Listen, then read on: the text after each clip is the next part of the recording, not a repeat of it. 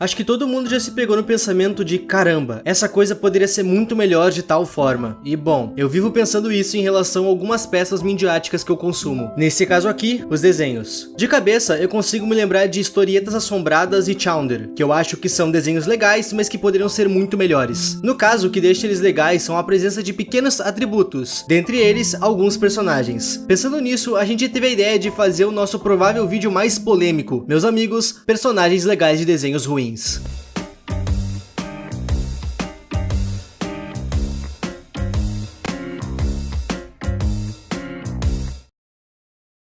Antes da gente realmente começar essa lista, eu preciso deixar claro que essa lista representa a nossa opinião como público, e não a verdade absoluta. Se tu não concordar, essa é a tua opinião, e não tem nada de errado com ela. Enfim.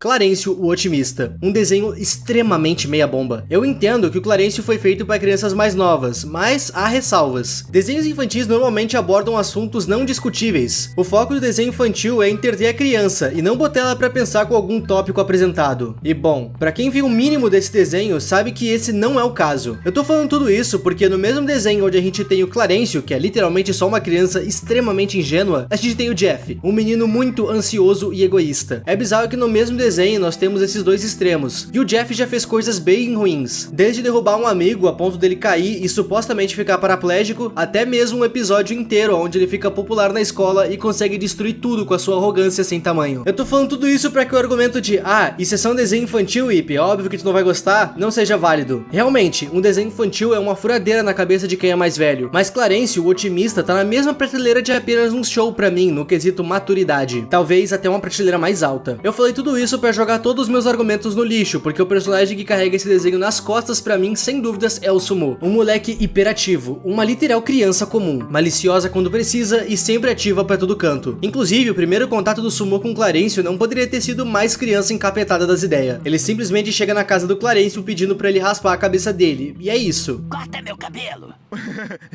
Tá bom.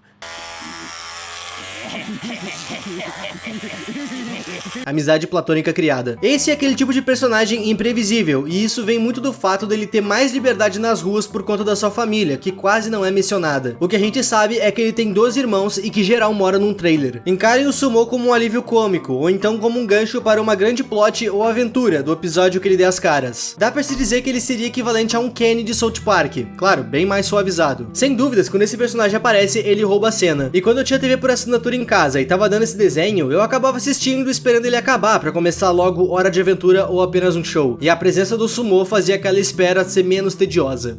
Titio Avô. Desde o nosso último vídeo, eu fiquei realmente assustado com o fato de que tem gente que gosta desse desenho. Inclusive, teve um comentário naquele vídeo que real me fez ver esse desenho com outros olhos. Cara, eu adoro Titio Avô. Eu assistia quando pequeno. É realmente bom pra estimular a criatividade. E isso é verdade. Eu inclusive cito isso naquele vídeo. A única qualidade que eu acho pra aquele desenho é que ele é muito bom em estimular a criatividade de quem tá assistindo. Mas agora, sobre ele ser infantil, eu tenho algumas coisas pra pontuar. Esse desenho me parece bem mais como algo que quer ser infantil, e não que ele realmente seja. Tipo um adulto fazendo conteúdo pra criança no YouTube. Ele precisa seguir um roteiro e uma persona, que obviamente não é ele por trás das câmeras. É assim que eu enxergo o Titio Avô. Diversas vezes a gente tem piadas de duplo sentido, super explícitas no desenho. Nada fica nas entrelinhas. Tipo o episódio onde o Pochette pede pra que ninguém veja seu histórico no computador. Ou a própria Titio Avó. Cara, sem muita pesquisa tu consegue achar diversos motivos do porquê esse desenho tenta ser infantil e não realmente é algo infantil. E bom, é assim que chegamos no melhor personagem desse desenho, Steve Pizza. Seria fácil demais eu falar que é o Steve Pizza, eu sei, mas o motivo tem mais camadas do que tu pensa, ou melhor, fatias. Dentro do Titio Avô existe uma série de curtas chamada Uma Fatia de Vida com Steve Pizza. Nesses curtas, o Steve Pizza acaba ou importunando o Sr. Gus ou fica tentando fazer coisas aleatórias, mas a atividade que ele faz com mais frequência nesses curtas sempre é mentir. Mentir pra mostrar uma faceta que não existe. Steve Pizza é um personagem extremamente profundo. Pra todo mundo ele parece ser super legal e descolado, mas ele mesmo já assumiu pra si em um episódio que tudo aquilo era uma máscara. No caso, a insegurança dele da vez era o fato dele não saber andar de bicicleta sem rodinhas. E ok, isso é uma insegurança engraçadinha por desenho. Mas o que dizer quando ele mente pro Sr. Gus ter amigos, quando na realidade ele não tem nenhum, fora os que moram naquele trailer do Titio Avô com ele. Steve Pizza é um personagem profundo e que infelizmente nós nunca vamos ver isso sendo explorado.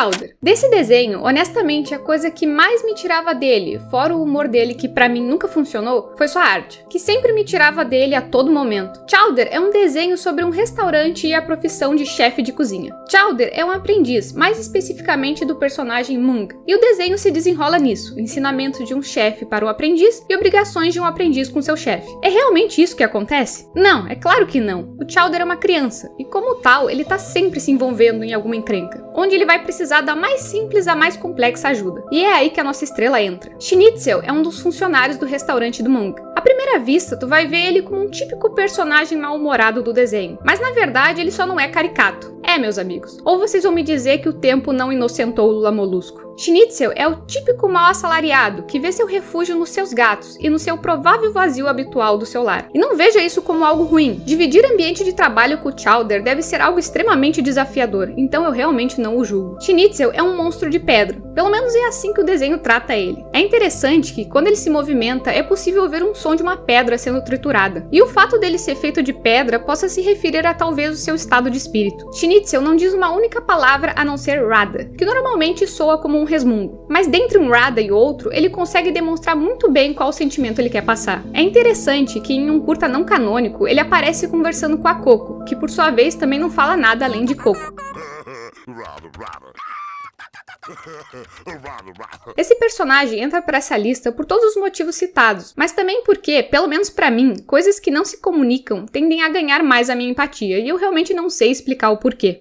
Urso Sem Curso. Esse desenho é complicado. O Ip vive uma relação de amor e ódio por ele, mas eu realmente não gosto. Eu não sei dizer se foi a animação ou a temática. Eu também não posso negar que a infantilidade e ingenuidade dos ursos me incomoda. Mas é aí que tá. Enquanto o Ip vive uma relação de amor e ódio, eu vivo um relacionamento abusivo. Isso porque eu amo o Polar. E eu sei que essa decisão é unânime. Ame ou odeie esse desenho. Tu vai gostar do Polar. E isso vem muito da sua apatia a tudo. Dos ursos, ele é o irmão mais novo, mas é sempre ele quem tem as melhores escolhas e maior força e determinação, mesmo que ele não demonstre ânimo nem interesse por quase nada. É aí que vem o charme desse personagem. Por mais que ele não demonstre a todo momento, quando vez ou outra uma emoção sai dele, a gente tende a guardar esse momento como uma ótima lembrança. Seja visando o bem-estar dos seus irmãos, cuidando e limpando da casinha deles, ou então o fato dele não ter um quarto próprio como os outros ursos. Por quê? Ele é um urso polar. E que lugar frio o suficiente para se dormir do que a geladeira? Ele dorme com um machado, mas essa parte a gente ignora. Desde ele praticar artes marciais até ele ser um completo chefe de cozinha ou um gênio da tecnologia. Sua voz, sem emoção nenhuma, nos faz torcer para sair alguma empolgação ou algum sorriso dali. E quando isso enfim acontece, meu amigo, eu te garanto que a melhor lembrança que tu vai ter desse desenho vão ser esses momentos que o Polar vai te proporcionar. Bom, meus amigos, eu tenho certeza que vocês vão discordar de algumas coisas ditas, ou então vão concordar e talvez queiram adicionar coisas. Pois comentem, esse vídeo pode ter uma parte 2. Então comentem personagens legais de desenhos ruins que vocês gostariam que estivessem numa parte 2. Muito obrigado pelos 200k, gente. Com somente 18 vídeos a gente chegou nessa marca. Eu e o Ip estamos extremamente agradecidos de vocês terem acreditado nesse projeto derivado do canal Eu Ip. Muito obrigado por estar vendo esse vídeo até aqui. O meu nome é Estelmi